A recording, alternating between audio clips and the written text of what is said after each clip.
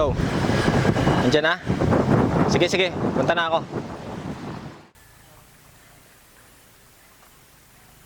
Ito na ba yon? Oo, yun na yun.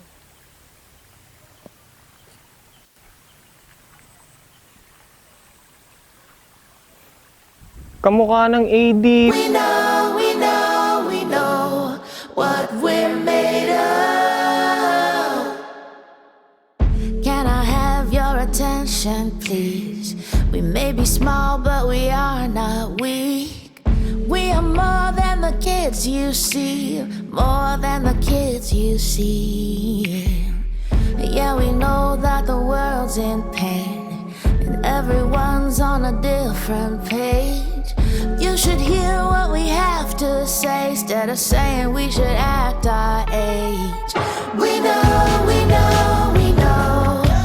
These beefy dual sport tires do their jobs on light off-road. One is effectively moving the earth and the other one is making sure that it's leading the way without hesitations. Ramdam mo yung grip at yung traction. They also help for more efficient braking sa medyo basang lupa at sa pulbos. Yung ground clearance niya hindi gaanong mataas, but it's high enough para sa ganitong klase ng terrain. Yun ang hangganan ng tolerance ko sa paggamit ng kahit anong motor sa mga matigidig na daan. Yung ground clearance. Kapag kasi sumasayad na yung ilalim, di na ako panatag. Ako lang yun ha. Kasi hindi ko naman araw-araw ginagawa ang ganitong klase ng ride. Natutuwa ako sa front suspension niya. Kumbaga para kanyang inaalalayan sa mga dips and bumps sa uneven parts ng daan na to. Kapag medyo challenging yung kinalalagyan ng gulong, pa-virgin yung torque kung malumanay ang piga mo sa throttle during takeoff. So mapapadiin ka ng konti. May konting delay yung pasok ng G-force niya eh. Masarap gamitin, solid at walang kalampagan. Lalaking lalaki, may kumpiyansa kumbaga. Kanina ko pa ini-enjoy tong motor na to dito sa San Andres. Syempre, knowing na hindi naman dirt bike tong Venture 150, it definitely has limitations sa ganitong klase ng recreational ride. May mga riders na kapag nadikit ang salitang adventure sa pangalan ng isang motor, iniisip nila na semi-dirt bike yung motor na yon. Kapag sinabi mo sa kanila na adventure-inspired lang yan, o touring bike lang yan na medyo capable sa general dirt road, magagalit sila sa'yo. At sasabihin nilang ikaw yung may limit, hindi yung motor. Kahit anong motor naman, pwede mong dalhin sa off-road eh. Lalo na kung advanced ang skill set mo. Pero just because nagawa mo yon, doesn't mean na para doon talaga yung motor. I still encourage people to respect their bike's limitations. Habang nag-off-road ako, pakiramdam ko, either kulang sa tigas yung center spring niya or mabigat yung mga bola. Pakiramdam ko lang yun ha, pero mapapadiin ka muna sa silinyador bago mo ma-access yung kayod niya. Considering na nasa 5,500 RPM lang yung peak torque niya, dapat may mararamdaman ka ng torque sa low RPM pa lang eh. Pero 155 kilograms kasi to, mabigat para sa isang 150cc. Kaya mas kailangan niya sanang magstay sa mababang gear sa initial acceleration para iusad yung timbang niya lalo na sa ganitong terrain. Yung rear suspension hindi sumasabay sa ganda ng talbog ng front suspension. Medyo matigas yung preload at mabilis yung rebound. Medyo sumasalya yung rear wheel sa mga biglaang lubak na pwedeng mag-cause ng loss of traction. Mas na-appreciate ko yung talbog ng rear suspension kapag may angkas. Buti na lang napaka-generous ng foam ng upuan. Sakto yung lambot niya at hindi sumasagad sa ilalim kahit babad ka sa pagkakaupo. Kahit paano nakakatulong siya para hindi mag-crack yung spine ko. Less fun din kasi hindi ko mapaskid yung gulong sa lupa. Hindi kasi na-off yung ABS eh, pero subjective lang yon. Again, hindi naman para sa ganun tong motor na to. Kung hahanapan mo siya ng mala dirt bike na experience, hahanapin mo talaga yung nawawalang fun factor. Pero ako kasi, ginamit ko siya as an off-road touring bike. At na-enjoy ko talaga siya. May pakiramdam na may kaya siyang gawin na hindi magagawa ng average scooter na pang-aspaltadong kalsada. So kung wala ka ng no choice at kailangan mo siyang isabak sa general dirt road, mas may kapanatagan ka kumpara sa scooters na dinisenyo para sa asfalto. Ang pinakakinaiinisan ko lang, hindi ko siya mawalwal sa off-road. This bike is too pretty to drop. Ang pogi nito eh.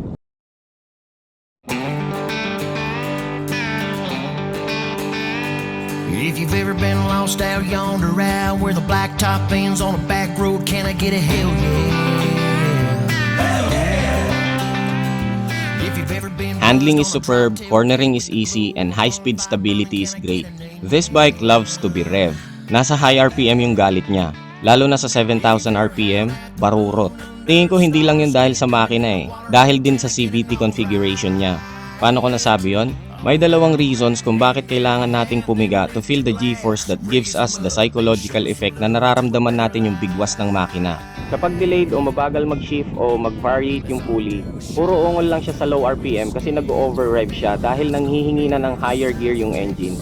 Hindi pa siya nag-shift up. Pipiga ka to put the pulley to a rotational speed na sapat para mag-shift siya sa higher gear para ma-convert yung ungol ng makina into speed. Yung FKM Fyro 175, pakiramdam ko ganun siya. Kapag naman maaga o mabilis mag-shift o mag-variate yung pulley, nasa low RPM ka pa lang, hindi pa sapat yung hatak power niya, umaakyat na siya sa higher gear. So pipiga ka ng madiin sa throttle hanggang sa maabot mo yung RPM na magbibigay ng sapat na power. Itong Venture 150, pakiramdam ko, yun yung karakteristik niya. Di ba nabanggit ko kanina na nakukulangan ako sa tigas ng center spring niya nung nag-off-road ako? Dito ko siya sa asphalto na confirm. Halos wala siyang engine brake. Mabigat kasi yung motor. So kapag nag-engine brake siya, mas malakas din yung momentum na pinipigilan niya. Mas matigas ang center spring, mas mabilis din bumaba yung gear kapag nagminor ka. Mas malakas din yung engine brake. Nga pala, walang primera segunda sa CVT Ginagamit ko lang yon as Trail reference. sitting up between those wooden pews on Sunday morning. Lord, what a night. And if you have, then lift your glass, raise them up and show some. Kung ikaw yung klase ng rider na hindi pala piga at progressive lang ang piga mo sa throttle, ma-appreciate mo siya kasi hindi siya gaya ng ibang CVT settings na konting piga pa lang, maungol na. Hindi ka nagtatapon ng RPM kumbaga. Pero kung ikaw yung klase ng rider na galit sa silinyador, hindi mo siya ma-appreciate sa low RPM. Pero dahil pala piga ka at madalas kang nasa high RPM, mag-i-enjoy ka dito. Kapag na-reach niya yung 7,000 RPM, mararamdaman mo yung galit ng makina na parang ang hirap pigilan. Doon niya sa RPM na yon tuluyang na-overcome yung 155 kilograms na timbang niya. Doon din pinakamalakas yung G-force. Parang may booster eh. Magiging honest ako. Malakas to kaysa dun sa 150cc na pinaghanguan ng itsura niya. Well, I think mas lamang talaga yung pagkakaroon niya ng 4 na valvula. Kailangan mo nga lang ng buwelo.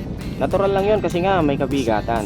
Pero kapag nakabuwelo na siya, mararamdaman mo na yung iwan kaluluwa sensation. I love cruising with this bike sa 70 to 80 kph. Hindi kabagalan pero hindi rin gigil yung makina. Doon din sa speed na yon may nakaabang siyang magandang torque para sa biglaang overtaking. 155 kilograms. Mabigat yon. May kalakihan din yung fuel tank niya. Pero kahit full tank siya, hindi siya mahirap pigilan sa pagtumba. Yun ang kagandahan sa ganitong designs ng mga motor Mababa ang center of gravity. Madaling i-balance, effortless. Tukod-tukod lang. Dahil din sa low center of gravity, ang sarap niya sa cornering. Parang kusang bumabangon paglabas mo sa corner.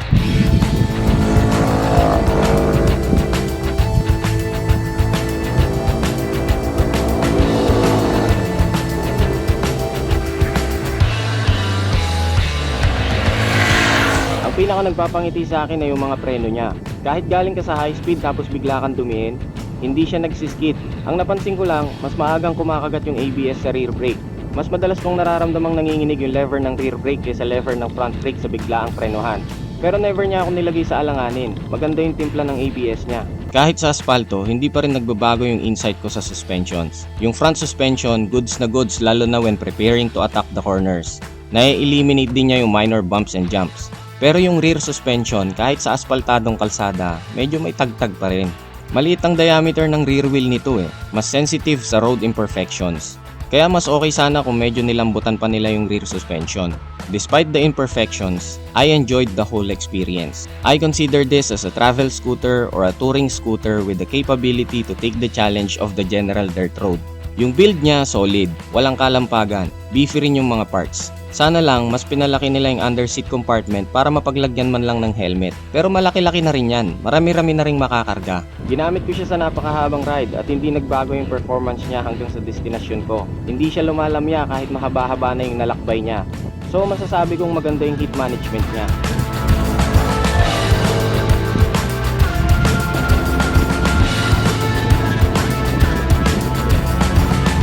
Para sa akin, premium bike to. At may sarili siyang karakter. Nagkataon lang na hinango ang itsura niya mula sa ibang motor kaya hindi niya nakukuha yung appreciation na nararapat para sa kanya.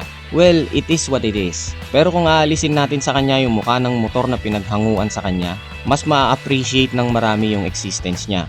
I think fair lang yon, yung bigyan siya ng sariling muka. Kasi dahil sa premium feels na makukuha mo sa kanya, this bike deserves to have its own identity. Walang pangit na motor. Ang meron lang ay motor na hindi para sa'yo. Ngayong panahon na napakarami ng pagpipilian, ano pa ba ang hahanapin natin? Ako? Gusto ko ng motor na sasamahan ako sa piling ng kalikasan. Malayo sa usok, malayo sa stress, malayo sa toxicity. Gaya nitong San Andres. We know, we know, we know what we're made of. Can I have your attention, please? We may be small, but we are not weak. We are more than the kids you see, more than the kids you see. Yeah, we know that the world's in pain.